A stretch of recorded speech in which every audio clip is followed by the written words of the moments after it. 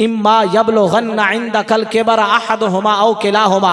ज़रा कुरान के इस मफहूम को समझिए, और मैं अपनी नौजवान नस्ल से बिलखुसूस मुखातिब हूँ, वो तवज्जो करे कुरान के इस जुमले पर। इस्लाम ने ओल्ड होम बनाने का तसव्वुर नहीं दिया, इस्लाम ने तसव्वुर दिया कि अगर तेरे सामने वो बूढ़े हो जाएं, समझ रब ने जन्नत तेरे 2 कदमों के अंदर रख दी। तेरे 2 कदम पर जन्नत है। मालिक के कायनात अगर बुढ़ापे की उम्र को पहुंच जाए, मेरा काम क्या है। अब ये तवज्जो से आपने आज की इस महफिल का लंगर लेकर जाना है। फरमाया वला तकुल लहुमा उफ़्फ़िन। पहला काम, जब वालिदैन बूढ़े हो जाएं, औलाद को ये है कि कभी भी अपने वालिदैन को उफ नहीं कहना। क्या नहीं कहना? उफ नहीं कहना। और मुफस्सिरीन कराम का इस बात पर इत्तेफाक है, अगर उफ से कम दर्जे का कोई लफ्ज होता तो अल्लाह रब्बुल इज्जत वो भी कुरान मजीद में जिक्र फरमा देता। यानी वालिदैन बुढ़ापे की उम्र में चिड़चिड़ापन आ जाता है उनके अंदर, जब बीमारियां घेर लेती हैं ना तबीयत के अंदर। जवान आदमी अगर चंद दिन बीमार है, उसकी तबीयत के अंदर चिड़चिड़ापन आ जाता है।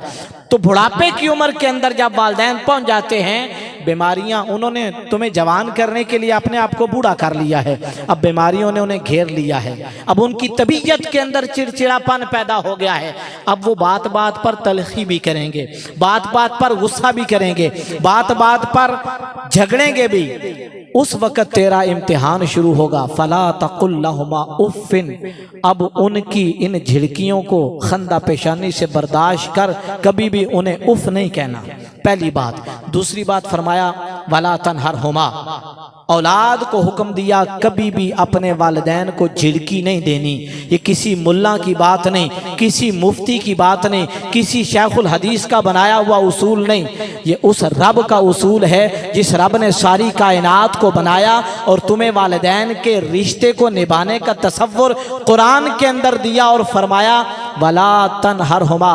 खबरदार, जब वो बुढ़ापे की उम्र को पहुंच जाएं, तेरे ऊपर गुस्सा करें, कभी भी जिंदगी में ऐसा लम्हा नहीं आना चाहिए कि तू अपने वालिदैन को किसी बात पर झिड़क दे कि क्या आप हर वक्त शोर किए रखते हैं, ना किसी को सोने देते हैं, ना किसी को बोलने देते हैं, ना किसी को रहने देते हैं, आपकी तबीयत अजीब सी हो गई है। कभी भी वालिदैन को झिड़की नहीं देनी। वला तनहरहुमा, इसलिए कि वो बूढ़े हो गए। ये पल्ले बांध कर जाए नौजवान नस्ल। रब के कुरान की ये बातें हैं हुकूक वालिदैन के हवाले से। और फिर इरशाद फरमाया मालिक कायनात ना उफ कहना है, ना झिड़की देनी है, तो बोलना कैसे है। अब रब वालिदैन के सामने औलाद को बोलने का तरीका सिखा रहा है। अब ज़रा दिल दिमाग की खिड़कियों को खोल कर सुने कि जब औलाद वालिदैन से गुफ्तगू करे, वालिदैन से बात करे, वालिदैन से मुखातिब हो, लहजे कैसे होने चाहिए, अल्फाज कैसे होने चाहिए, अंदाज कैसा होना चाहिए। फरमाया वक़ुल लहुमा क़ौलन करीमा। जब जिंदगी में अपने वालिदैन से बात करो तो तुम्हारे लहजे में बला की मिठास होनी चाहिए। करीमन, करीमन का एक माना है सखावत। अगर इस आयत का तर्जुमा यूं करें तो मेरे ख्याल है हुस्न मजीद बढ़ेगा।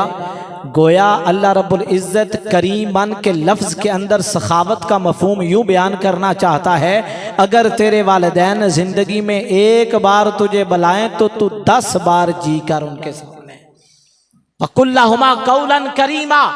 तेरे लहजे के अंदर बला की मिठास होनी चाहिए, तेरे अल्फाज का इंतखाब ऐसा होना चाहिए कि अगर बाप और बेटा मुखातिब हो और कोई तीसरा बंदा आ जाए, माँ और बेटी मुखातिब हो और कोई तीसरी औरत आ जाए, उसे पता चलना चाहिए वो बाप खड़ा है, ये बेटा खड़ा है, वो माँ खड़ी है, ये बेटी खड़ी है। तेरा अंदाज ऐसा मुअद्दिबाना होना चाहिए।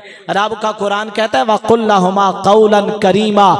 मैं तुझे वालिदैन से बात करने का तरीका सिखा रहा हूँ।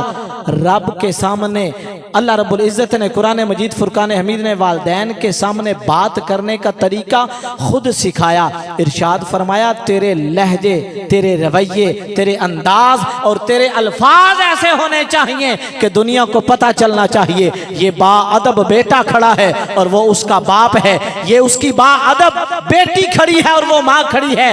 ऐसे लहजे और ऐसे रवैये नहीं होने चाहिए कि पता चले दो मुकाबले के बंदे खड़े हैं। एक तरफ बाप खड़ा है, उसकी आवाज भी बुलंद है, दूसरी तरफ बेटा खड़ा है, उसकी भी आवाज आसमान की तरफ जा रही है। अगर तेरे लहजे के अंदर ये अंदाज आ गया तो समझ ले तूने अपने लिए जहन्नुम का सामान तैयार कर लिया। वक़ुल लहुमा क़ौलन करीमा, अपने लहजे नरम करो, अपने रवैयों के अंदर नरमी पैदा करो, अपने वालिदैन के लिए अल्फाज के इंतखाब पर तवज्जो दो। नौजवान नस्ल इस जुमले पर, इस फिक्रे पर गौर करे कि वालिदैन के सामने औलाद ने मुखातिब कैसे होना है। एक तरफ तेरे दोस्त यार हैं, रात के 12 बजे भी तू मैसेज कर रहा है, अगर तुझे मेरी जरूरत हो रात के 12 बजे भी पुकारना। अगर यार ना पहुंचा तो यारी ना रही। और साथ वाले कमरे में बाप दुआई के लिए आवाजें देता रहता है, पानी के लिए आवाजें देता रहता है, माँ पांव दबाने के लिए आवाजें देती रहती है। तेरी जन्नत तेरे घर में, तेरे पड़ोस में, तेरे बिल्कुल साथ पड़ी थी और तू यारियां निभाता रहा। अल्लाह रब्बुल इज्जत ने इरशाद फरमाया था, तेरी जन्नत तो माँ के कदमों के नीचे थी। बाप जन्नत का दरवाजा था, तू यारों के सामने तो ये कहता रहा, रात को 12 बजे भी जरूरत पड़े तो मुझे आवाज दे लेना, मैं पहुंचूंगा। कभी ये फिक्रा कभी बाप को जाके कहा है, रात को अब्बा जी आपको मेरी जरूरत पड़े तो मेरी नींद और आराम का ख्याल नहीं करना कि बेटे ने दिन को बड़ा काम किया होगा, बिला झिझक मुझे मिस कॉल या कॉल कीजिएगा या आवाज दीजिएगा, फिर मेरा पहुंचना देखिएगा। कभी जिंदगी में दिल पे हाथ रख के कहे ना ये जुमले, कभी कहे आपने बाप को? कभी आपने ये जुमले अपनी माँ को कहे?